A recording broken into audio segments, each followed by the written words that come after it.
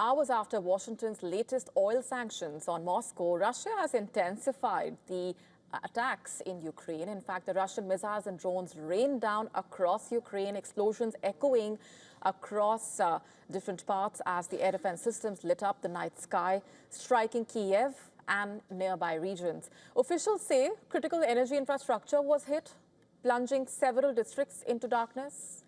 The escalation comes just hours after the United States announced new sanctions on Russia's two largest oil companies. A move aimed at increasing pressure on the Kremlin to return to the negotiating table.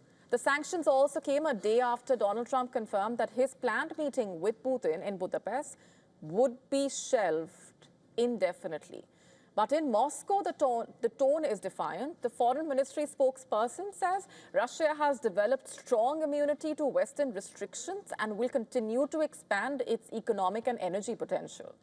President Trump insists that these measures will have an impact on Russia. I don't know that they will. I think that they'll certainly have an impact. They're massive sanctions. It's sanctions on oil.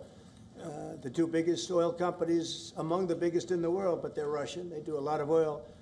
And hopefully it'll push, hopefully he'll become reasonable, and hopefully Zelensky will be reasonable too. You know, it takes two to tango, as they say, and we're going to find out. They hate each other. These two people hate each other. You know that better than anybody. And it makes it more difficult than it should be.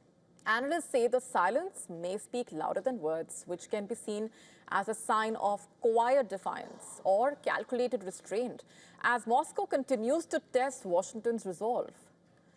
It also follows months of direct communication between the two leaders, multiple phone calls, which lasted 550 minutes, and a rare face-to-face summit in August when Putin visited the United States for the first time in 7 years. That meeting, which was expected to last several hours, ended after just 2, while Trump called it constructive, even suggesting talks on land swapping between Russia and Ukraine, but little progress followed.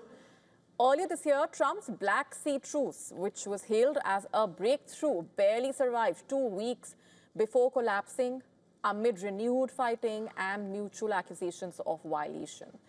What started out as a diplomatic initiative has since devolved into headache for Trump. Sanctions and threats now defining the fragile relationship between the two sides.